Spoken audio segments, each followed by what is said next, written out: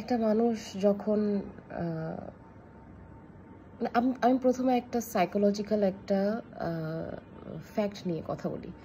এটা হচ্ছে যে আমরা যখন আমরা যে মানুষ চুজ করি, আমাদের পার্টনার যে আমরা আসলে চুজ করি, অথবা যে মানুষের সাথে আমরা বন্ধুত্ব করব, বন্ধুত্ব আসলে মেবি না, কিন্তু পার্টনার যে আমরা চুজ করি সেই জিনিসটার ক্ষেত্রে আমরা আসলে অনেক বেশি একটা জিনিস সাবকনশিয়াসলি চুজ করি। সেটা হচ্ছে যে আমাদের ফ্যামিলি হোক বা আমাদের অ্যাবিউজের যে আসলে একটা সার্কেল থাকে, সেই যে জিনিসটা ছোটোবেলা থেকে ডেভেলপ করে, সেই জায়গা থেকে আসলে কোনো মিল যদি আসলে আমরা পাই, দেখা যায় যে আমরা সেই পার্টনারটা আসলে আমরা ওভাবে সিলেক্ট করি। কারো কারো ক্ষেত্রে বা সুস্থ মানুষের ক্ষেত্রে সেটা অবশ্যই ডিফারেন্ট। আমি সুস্থ অসুস্থ বলে আলাদা করতেছি না, কিন্তু আমি আসলে এটা যেন লেবেলিং করতে সুবিধা হয় এই কারণে আমি আসলে অসুস্থ বলতেছি।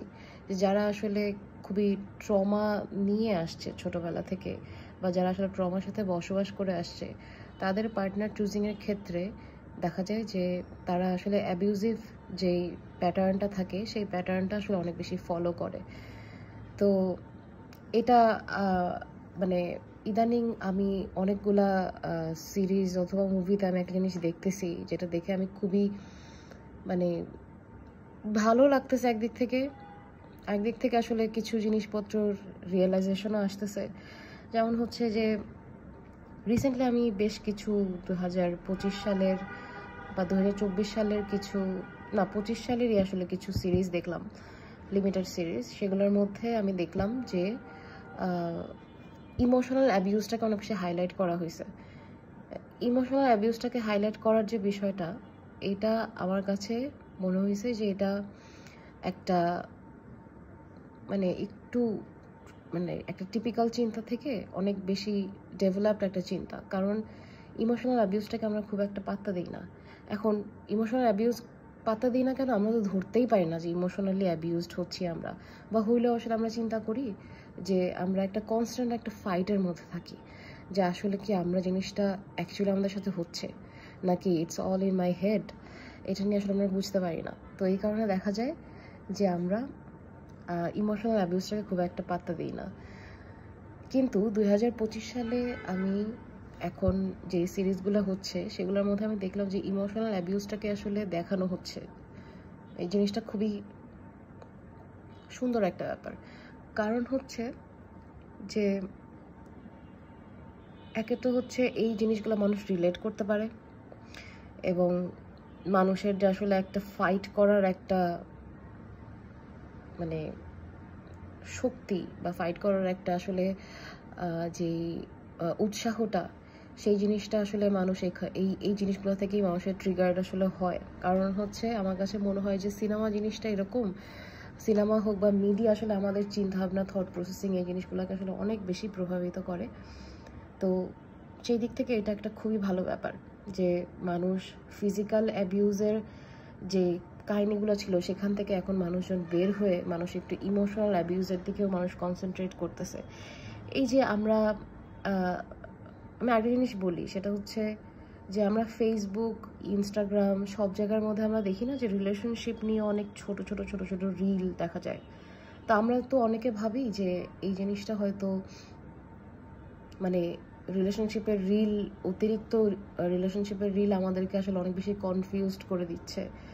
কিন্তু ব্যাপারটা হচ্ছে যে এই ইমোশনাল অ্যাবিউজগুলা তো আমাদের সাথে আসলে হচ্ছে, আমরা তো জিনিসটা অনেক আগে থেকেই হয়ে আসতেছে, এবং সেগুলোর আউটকামও আসলে আমরা দেখি। কারণ আমাদের ফ্যামিলিতে আমরা যদি কিছু মেম্বারের দিকে যদি আমরা তাকাই, যারা আসলে অনেক এজ হওয়ার পরে বা একটা সার্টেন এজের পরে তাদের ক্যারেক্টারিস্টিক্সের অনেক বেশি পরিবর্তন হয়। এবং এটা শুধুমাত্র আমাদের ফ্যামিলিতে না, আমি অনেক বেশি অডিও বুক শুনি, তো এখানে আমি আসলে অনেক গল্প শুনতাম। হুমায়ুন আহমেদের অনেক উপন্যাসের মধ্যে এরকম একটা বর্ণনা ছিল যে উনি যখন বিয়ে করে যখন বউ হয়ে আসছেন, উনি খুবই শান্ত একজন মানুষ ছিলেন, কিন্তু এখন ওনার বয়স হয়েছে, উনি এখন এমন রাগারাগি করা মানুষ হয়েছে যে তাকে আসলে কোনোভাবেই মানে তার রাগ আসলে এত বেশি হয়েছে যে সে সব কিছুতেই ছ্যানছ্যান করে। তো আমাদের মানে আমরা আমার কথা হচ্ছে যে আমরা কি কখনো এই জিনিসটা কখনো আমরা ভাবি যে আসলে একটা মানুষ যখন খুব বেশি চিল্লাচিল্লি করে বা মানুষের একটা যে কোনো একটা বিষয়ের উপরে একটা মাইনর একটা ইস্যু হোক বা মেজর ইস্যু হোক, সেটার জন্য আমরা যখন একটা অ্যাবনর্মাল রিয়াকশন যখন আমাদের আসে, তখন আসলে সেই জিনিসটা কেন আসতেছে, কি প্রবলেম, কোন জায়গা থেকে এটা ট্রিগার্ড হইলো, এটা নিয়ে আমরা কখনো ভাবি? আমরা কখনো ভাবি না, কারণ আমরা ইমোশনাল অ্যাবিউজকে আমরা কখনো পাত্তা দিই না। তো এখন আমি হচ্ছে মানে যেহেতু আসলে আমার সিনেমা নিয়ে কথা বলার কথা, তো আমি একটা সিরিজ আসলে দেখতেছিলাম, সেই সিরিজটা আসলে দেখে শেষ করলাম। এবং সিরিজটা আসলে আমি জানি না এটা আসলে সবার দেখা উচিত কিনা, তবে আমার কাছে মনে হয়েছে যে এখানে বেশ কিছু লেয়ার ওপেন করছে। লেয়ারটা কেমন? সেটা হচ্ছে একটা মানুষ হচ্ছে প্রথমে একটা জিনিস দেখে একটা অ্যাবিউজ তার সাথে হওয়ার পরে সে তার ফিয়ারটাকে সে আসলে কিছুটা এক্সপোজ করলো কিভাবে, যে তার আসলে একটা মানে তার সাথে যে অ্যাবিউজটা হয়েছে, সে অ্যাবিউজের জন্য তার একটা ট্রমা তার মনে পড়ে গেছে, এবং এটার পরে সে তার কাছে মনে হলো সেইখানে আর থাকবে না। তো এরপরে সে আস্তে আস্তে সে স্টেপ বাই স্টেপ সে আসলে এই জিনিসটা রিয়েলাইজ করে যে আচ্ছা ঠিক আছে, মানে এই জিনিসটা আমার সাথে হয়েছে, তাহলে আমি এখান থেকে স্টেপ ব্যাক করব।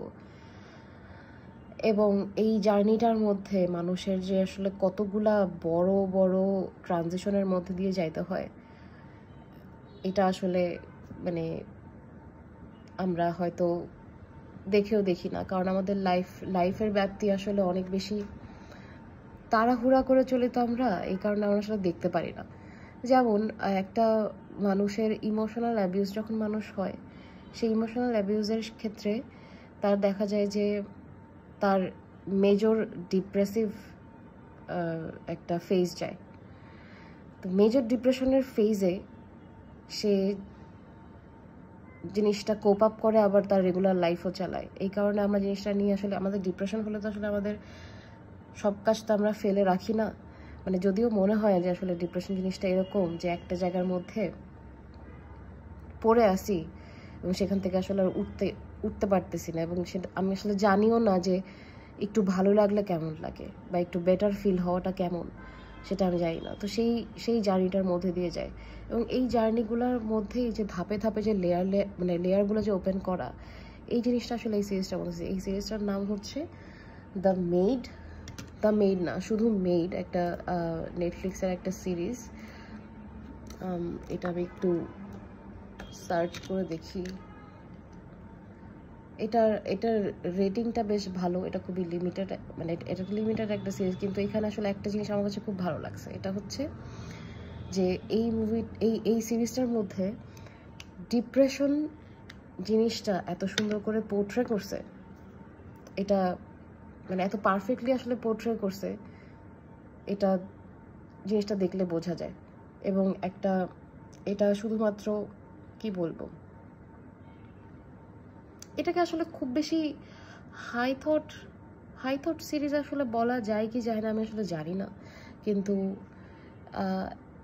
এমন কিছু আসলে লেয়ার ওপেন করা হয়েছে, জিনিসটা দেখাটা অনেক বেশি পেইনফুল। আমি আগে থেকে বলে রাখি যে মানে একটা মানুষের সাথে কিভাবে আসলে সব কিছু এত বেশি মেসড আপ হয়, এবং এই জিনিসটা যে তার মানে চাইল্ডহুডের সাথে তার হচ্ছে ইন্টারকানেক্টেড, তার অ্যাবিউজের সাইকেলটা চাইল্ডহুডের সাথে ইন্টারকানেক্টেড, তার সমস্ত লাইফের সাথে ইন্টারকানেক্টেড, এই জিনিসগুলো যে আসলে বোঝানোর একটা ট্রাই করা, এটা আমার কাছে মনে হয়েছে যে এই ব্যাপারটা খুবই সুন্দর একটা ব্যাপার। এবং আমাদের জন্য আসলে এই মানে এই বিষয়গুলো আসলে বেশি বেশি করে দেখা উচিত। এখন কথা হচ্ছে যে আমরা তো মানে যেরকম মানুষ, আমরা তো ফিজিক্যাল অ্যাবিউজটাকেই আসলে খুব একটা ঠিক মতো দেখতে চাই না। আমি আজকে আরেকটা মুভি দেখতেছিলাম, এই মুভিটার মধ্যে একটা ল্যাঙ্গুয়েজ শুরু থেকে ছিল, যে মুভিটা মানে বলিউডের একটা মুভি। তো এখানে প্রথমে ওই ওই মুভিটার মধ্যে বলতেছিল যে বারবার যখন জিজ্ঞেস করতেছে যে এখানে কি আসলে ডোমেস্টিক ভায়োলেন্স হচ্ছে বা এরকম কিছু, তো তখন এখানে মানুষজন তো আসলে খুব একটা বলতে চায় না নিজের ফ্যামিলির ব্যাপারে। তো সবাই বলতেছে যে না, এটা হচ্ছে ঘরের মামলা। তো ওই মুভিটার লাস্টে গিয়ে বলছে যে এটা ঘরের মামলা না, এটা হচ্ছে একটা ক্রিমিনাল কেস। তো যদিও ওই মুভিটার সাথে পুরাপুরি আসলে ফিজিক্যাল অ্যাবিউজ জড়িত, কিন্তু যাই হোক, মানে একটা মানুষ যখন, কি বলবো, মানে দুইটাকে একসাথে আসলে মিলানো উচিত হয় নাই, কিন্তু আমরা আসলে এই যে ফিজিক্যাল অ্যাবিউজ থেকেই তো আসলে আমরা বের হইতে পারতেছি না। ফিজিক্যাল অ্যাবিউজটাকেও আসলে আমরা মানে জিনিসটাকে আমরা খুবই প্রাইভেট জিনিস হিসাবে নিচ্ছি। তো যেখানে আমরা প্রাইভেট জিনিস, যে জিনিসটা আমাদের প্রাইভেট রাখা উচিত সেটা প্রাইভেট না রেখে আমরা প্রাইভেট রাখতে হচ্ছে এমন জিনিসপত্র যেগুলো হচ্ছে অ্যাবিউসিভ। তো ফিজিক্যাল টর্চারটাও এক ধরনের অ্যাবিউসিভ, সেটাকে আমরা খুবই পার্সোনাল পর্যায়ে রাখতেছি, ঘরের মামলা বলে রাখতেছি, বা ঘরের ব্যক্তিগত ব্যাপার বলে রাখতেছি। তো সেখানে মেন্টাল অ্যাবিউজের কথা যদি আমি কাউকে যদি গিয়ে বলি, মানে আমার সোসাইটিতে, সে তো হেসে উড়াই দিবে। সে বলবে যে তোমার এসব রিল টিল দেখে, ইনস্টাগ্রামে রিলের কথা তখন বলতেছিলাম, যে রিল টিল দেখে মাথা খারাপ হয়ে গেছে, এই কারণে ইমোশনাল অ্যাবিউজের কথা বলতেছো। তো এই রিলগুলো আসলে কেন যে আসলে আসে, এই রিলগুলো আসলে আমি তখন যেটা বলতেছিলাম যে এই রিলগুলো আসলে আসে একটা সার্টেন রিজনে। কারণ মানুষ আসলে ইমোশনালি অ্যাবিউজড হয়, এবং মানুষ ইমোশনালি অ্যাবিউজড হলে মানুষ ডিপ্রেশনে একটা জায়গার মধ্যে আটকায় যায়, একটা স্টকহোম সিনড্রোমে ভোগে। এখন স্টকহোম সিনড্রোমটা কি সেটাও আসলে একটু বুঝায় বলতে হবে। এটার একটা এক্সাম্পল আছে। এক্সাম্পলটা হচ্ছে যে একটা মানুষ হয়তো সে অনেকদিন ধরে সে একটা জায়গার মধ্যে আছে, অনেকদিন ধরে ধরেন একটা একটা একটা বাড়িতে আছে, বাড়িটার মধ্যে পানির লাইনের সমস্যা, ইলেকট্রিসিটির লাইনের সমস্যা, সব কিছুই খারাপ। মানে বাড়িটা কোনোভাবে মানে বসবাসের উপযোগী না। আর এই বাড়ির পুরা মানে দেয়াল পুরা হচ্ছে পানিতে ভিজে টিজে একদম খুব বাজে অবস্থা হয়ে গেছে। তো এখানে কোনোভাবে থাকা সম্ভব না। কিন্তু সেই বাড়িটা সে, তার একটা সার্টেন একটা মায়া আছে বলে সে বাড়িটা ছাড়তেছে না। যেখানে সে দেখতেছে যে এইসব মোল্ডেড একটা বাড়িতে থেকে তার ইনফেকশন হচ্ছে, তার ব্রঙ্কাইটিস হচ্ছে, কিন্তু সে বাড়িটা ছাড়তেছে না। কারণ হচ্ছে তার একটা ইমোশনাল একটা মানে একটা আবেগ কাজ করে যে সেই বাড়িতে আসলে থেকে যাবে, কারণ তার একটা মানে বিলঙ্গিংনেস আছে এখানে। তো স্টকহোম সিনড্রোমটা হচ্ছে অনেকটা এরকম। তো আমরা যেখানে ফিজিক্যাল অ্যাবিউজটাকেই আমরা আসলে যেখানে খুব বেশি মানে ব্যক্তিগত বিষয় হিসাবে আমরা কাউন্ট করি, সেখানে ইমোশনাল অ্যাবিউজকে কাউন্ট করার মতো জায়গা আসলে আমরা এখনও বানাইতেই পারিনি। তো যাই হোক, এই জিনিসগুলা মানে ইমোশনাল অ্যাবিউজের জিনিসপত্র বাংলাদেশে হচ্ছেও না। মানে ইমোশনাল অ্যাবিউজের যে জিনিসগুলো এগুলো বাংলাদেশে হচ্ছেও না। বাংলাদেশে এখন যেই রেভলিউশন হচ্ছে এইটার মধ্যে আমার কাছে বেশিরভাগ সময় খালি মনে হয় যে মানে কি বলবো, যে একটা মানুষকে আসলে মানে থ্রিলার বানানোর যে আসলে একটা মানে যেই থ্রিলারগুলো আমরা হয়তো হলিউড বলিউডে দেখে আসছি, সেই থ্রিলারগুলোকেই সুন্দর করে বানানোর একটা রেভলিউশন চলতেছে আর কি। তো আমাদের এখানে প্রথমে তো ফিজিক্যাল অ্যাবিউজটাকে আসলে পয়েন্ট আউট করতে হবে, তারপরে গিয়ে অনেক পরে গিয়ে ইমোশনাল অ্যাবিউজটাকে আসলে আমরা হয়তো পয়েন্ট আউট করে রেকগনাইজ করতে পারবো। কিন্তু যেহেতু আসলে আমরা একজন মানে আমরা আমরা আমরা অবশ্যই নিজেদেরকে গ্লোবাল সিটিজেন হিসাবে কাউন্ট করি, তো সেই দিক থেকে আমরা যেহেতু আসলে আমরা দেখি যে মানে আমরা দেখতেছি যে আমাদের কাছে সুযোগ আছে এই জিনিসগুলো দেখার, যে ইমোশনাল অ্যাবিউজটা আসলে কীভাবে ভিজুয়ালাইজ করতেছে বা ডিপ্রেশন জিনিসটা কীভাবে ভিজুয়ালাইজ করতেছে, সেই জিনিসগুলো যেহেতু আমাদের দেখার সুযোগ আছে, তো আমরা সেই জিনিসগুলো দেখতে পারি। এবং আমার কাছে মনে হয় যে এই জিনিসগুলো দেখলে অন্তত ফাইট ব্যাক করার একটা ওয়ে পাওয়া যায়। কারণ ডিপ্রেশন জিনিসটা খুবই মেজের মতো একটা ব্যাপার। এই ডিপ্রেশন থেকে বের হওয়ার জন্য মানুষকে মোস্ট অফ দ্য পিপল আসলে জানে না যে ডিপ্রেশন থেকে আসলে বের হওয়ার ওয়ে আসলে আদৌ আছে কিনা, এবং এটার জন্য প্রচুর শক্তি দরকার হয়, প্রচুর সাপোর্ট দরকার হয়। যেহেতু আমরা মানে আমরা আবার সেই সাপোর্টটা আমরা আসলে পাবো না বা পাই না, তো সেই সাপোর্টটা আসলে নিজেকেই নিজের করতে হয়। তো এই কারণে আমার কাছে মনে হয় যে এই জিনিসগুলা বা এই এই এই ব্যাপারগুলো, যেখানে আসলে ইমোশনাল অ্যাবিউজটা কেন হয়, কিভাবে হচ্ছে, কিভাবে ডেভেলপ করতেছে, অনেকগুলো লেয়ার ওপেন কিভাবে করতেছে, এবং তারপরে সেটা ফাইট ব্যাক কিভাবে করতেছে, সেটা জানার জন্য হইলেও আসলে আমাদের এই সিরিজগুলা বা আসলে এই ধরনের কাজগুলো আসলে আমাদের একটু দেখা উচিত। কারণ এটা একটা সিরিয়াস ইস্যু, ইমোশনাল অ্যাবিউজ একটা সিরিয়াস ইস্যু।